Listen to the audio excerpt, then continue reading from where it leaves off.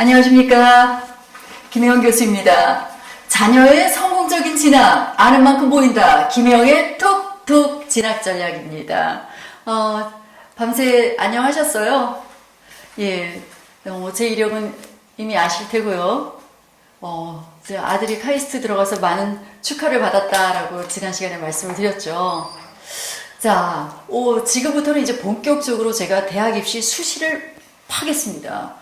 왜냐하면 저도 이제 아들을 첫 번째 수시에 그 과학고 아들을 두었기 때문에 과학고 2학년 정도 되면 그 당시 이제 과학고 1학년 1학기, 그 다음에 2학기, 그리고 2학년 1학기 이렇게 3개 학기의 성적을 가지고 조기 진학 또는 조기 이수를 할 수 있는 어떤 자격이 주어집니다. 그래서 아들이 이제 그 한 30% 범주 안에는 들어서 자격은 주어졌지만 자기가 원하는 대학에 실패를 했기 때문에 다시 이제 재도전을 하게 됐었다고 제가 앞에서 말씀드렸습니다.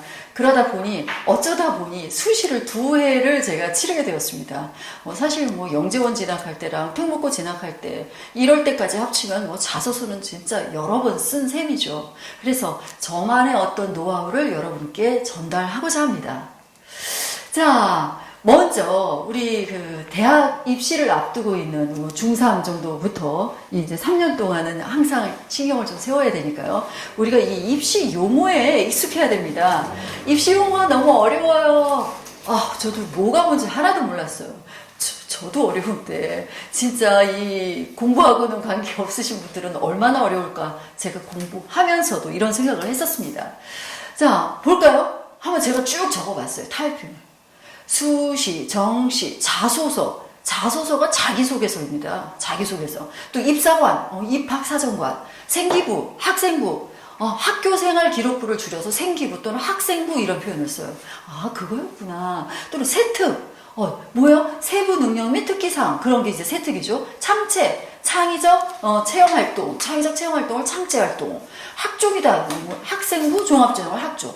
또는 학생부 교과전형을 학교라고는 하지 않더라고요. 학교. 그렇게는 말하지 않고. 또는 일반전형, 특기전형, 학교장 추천전형, 보름기회전형, 전형 가지수만도 너무 많죠. 그뿐만이 아닙니다. 지역균형, 선발 특별전형, 외국인전형, 수능 우수자 전형, 고교 연계 전형. 그러더니 이번에는 네오 르네상스 전형까지 나왔더라고요. 세상에 이런 전형은 또 뭐야 하면서 제가 봤고. 특성하고 재직자 전형. 제가 지금 여기 다 일일이 쓰질 못했습니다. 아마 전형 따지면 모르긴 해도 한 4, 50개 될 것 같습니다.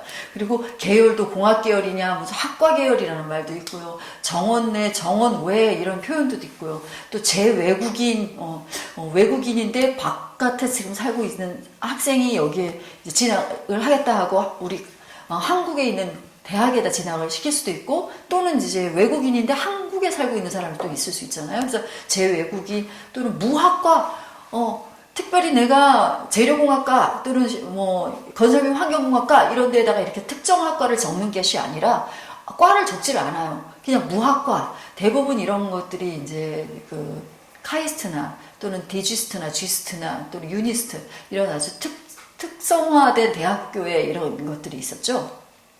그리고 수능 최저 학력 기준이라는 것도 있습니다. 그건 뭐지? 수능 최저 학력 기준? 최저 학력 기준을 맞춰야 된다 이런 표현 아마 들어보셨을 거예요.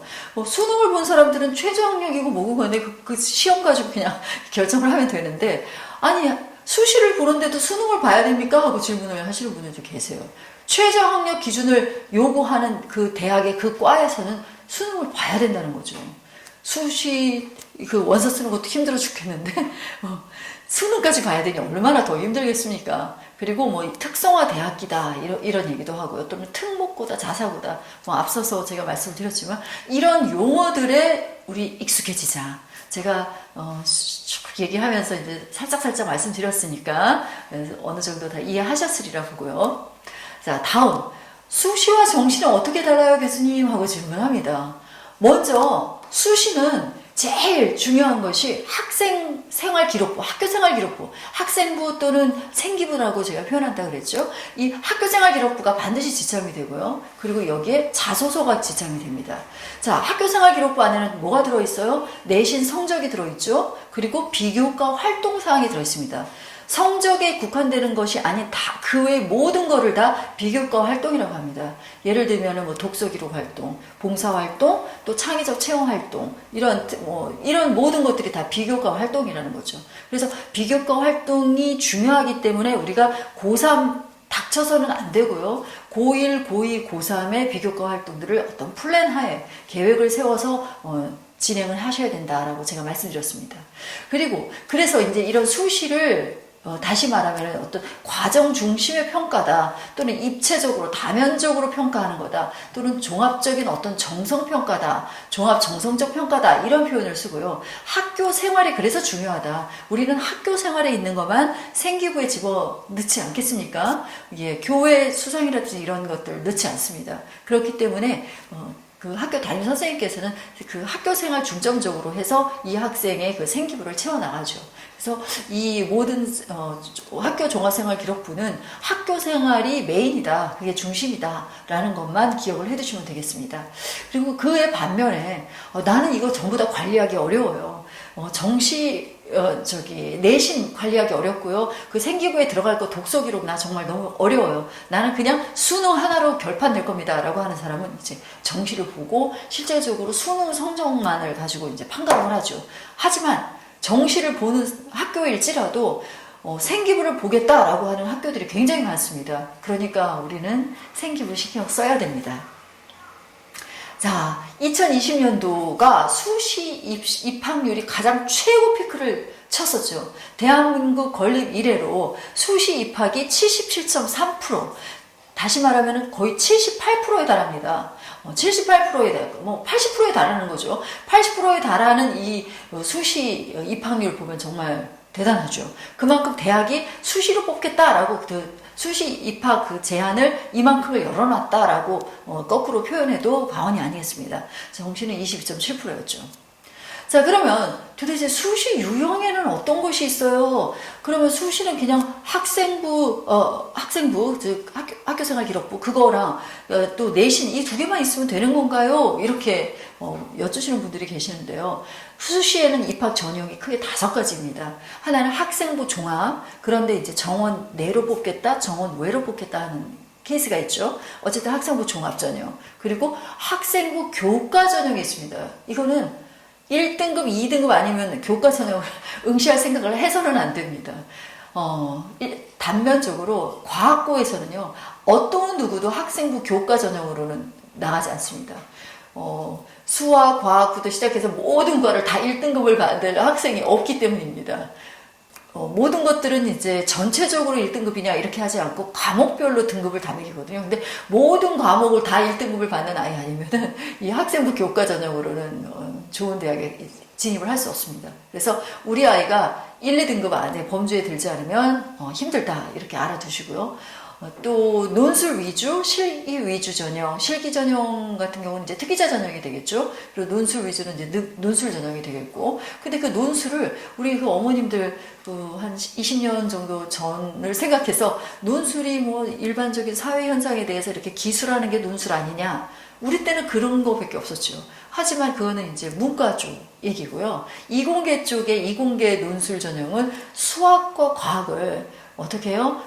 푸는데 굉장히 어려운 문제를 주고 그거를 어떻게 생각했든지 자기가 논리적으로 이렇게 서술하는 서술형 문제입니다. 한 문제에 내부 세부 문제로 1, 2, 3 이렇게 있을 정도로 뭔가 굉장히 복잡하고요. 그런 단순 수학 문제가 아니라 어떤 수학과 과학을 융합한 어떤 문제의 형태로 나오기도 합니다. 그래서 굉장히 까다롭습니다. 또 그래서 과학고 학생들한테 조금 더 강하죠. 자, 그러면 제가 이제 수시 전형을 또 하나하나 조목조목 살펴보도록 하겠습니다. 먼저 학생부 종합 전형. 학생부 전형. 아까 이 전에 보면은 그 기타 재외국인 전형이 있는데 그 설명은 제가 생략하기로 하고 이 4가지 전형에 대해서만 오늘은 살펴보도록 하겠습니다. 학생부 전형 전형의 특징은 일단 내신 중요해요. 그리고 비교과 활동이 중요하다라는 거 제가 말씀드렸습니다. 그 외에 추가적으로 자소서가 들어가고 교사 추천서가 들어가고 그리고 나서 1차에 합격을 하면 면접이 돼서 최종 합격을 하는 이런 형태를 학생부 종합전형이라고 합니다. 그럼 처음에 제가 1차 시험을 볼 때 내야 되는 서류는 뭐라고요? 네, 학교생활 기록부, 학생부 내고요. 자소서 내고 교사 추천서 요 세 가지입니다. 근데 학교생활 기록부 안에 내신과 비교과 활동이 들어가 있으니까 이걸 조금 더 신경을 쓰셔야 되겠죠. 그래서 다시 말하면 이제 다양하게 평가하는 그 목적으로 만들어진 게 학생부 종합전형이고요. 이 경우에 수능 최저 학력 기준이 대부분은 없는데 있는 학교도 있습니다. 그런 경우에는 이제 최저 학력을 굉장히 낮게 줘서 그냥 이 정도 학생이 수능 봤을 때는 거의 다 이제 합격할 수 있도록 아주 이제 모한 과목을 특별히 못 보는 그런 학생을 또 가려내기 위해서 최저 학력을 요구하는 과도 있습니다. 학교도 있고요.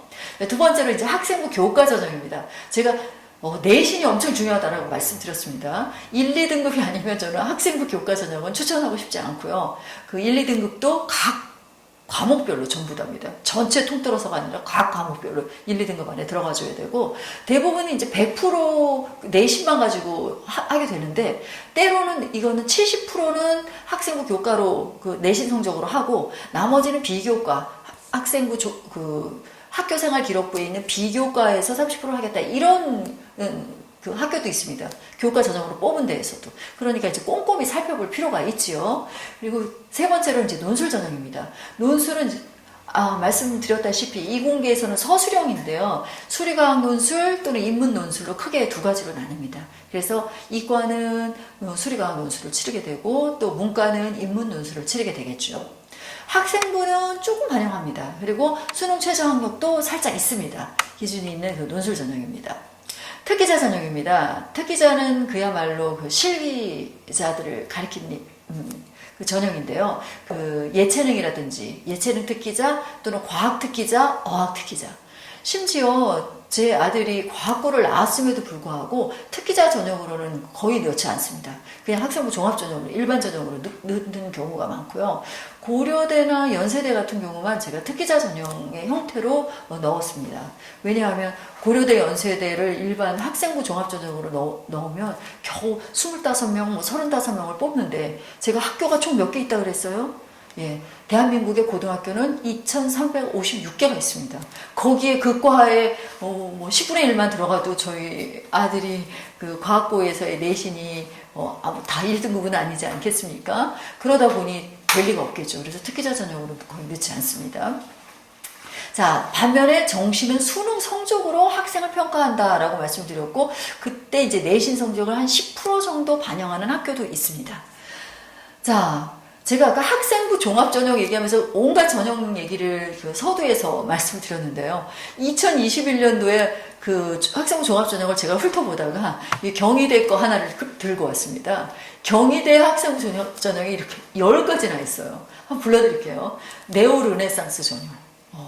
이런 말 처음 들어봤습니다. 저 고고 연계 전형, 국가보훈 대상자, 고른기회 전형이라고 그래서 이제 고른기회는 뭐냐면 조금 불리한 지역에서 살거나 또는 집안이 가난하거나 또는 어떤 장애인이거나 또는 북한 주민이거나 이런 분들에 대한 어떤 배려 차원에서 일정 포션을 두게 됩니다. 그래서 고른기회 전형 1이라고 하면 국가보훈 대상자, 농어촌, 그리고 기초생활 수급자 또는 특성화 고교 졸업자 또는 장애인 대상자, 북한 이탈 주민 이런 걸 이제 고른기회 전형이라고 하고요. 또 특성화 고졸 그 졸업자가 아닌 재직자 전형이 또 따로 이렇게 학생부 종합 전형으로 자리를 잡고 있습니다. 그러면서 이제 어느 학교는 되고 안 되고 이 OX 이런 게 있죠.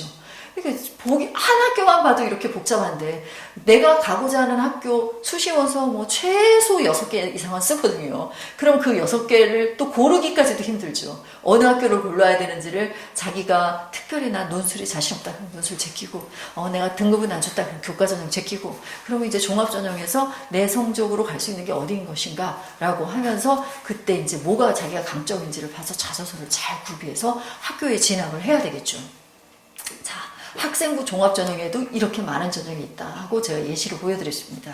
지금까지 수시 입시 전형에 대해서 살펴보았는데요. 다음 시간에는 우리나라 그 수시 입시의 어떤 트렌드라든지 어떤 통계치를 제가 좀 말씀을 드리고요. 그리고 또 21년도뿐만 아니라 22년도, 23년도에 긴급하게 우리 정부에서 교육부 쪽에서 발표를 했었죠, 최근에. 그래서 그 입시 정보도 담아서 중3, 고1, 고2들이 어떻게 변하는지도 제가 말씀을 드리고 좀 더 심도 있게 나눠보도록 하겠습니다.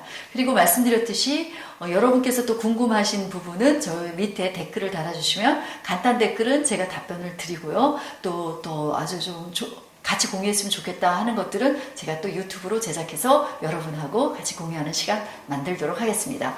지금까지 김혜영 교수의 톡톡 자녀의 진학 전략이었습니다. 그러면 우리 다음 주에 만나요.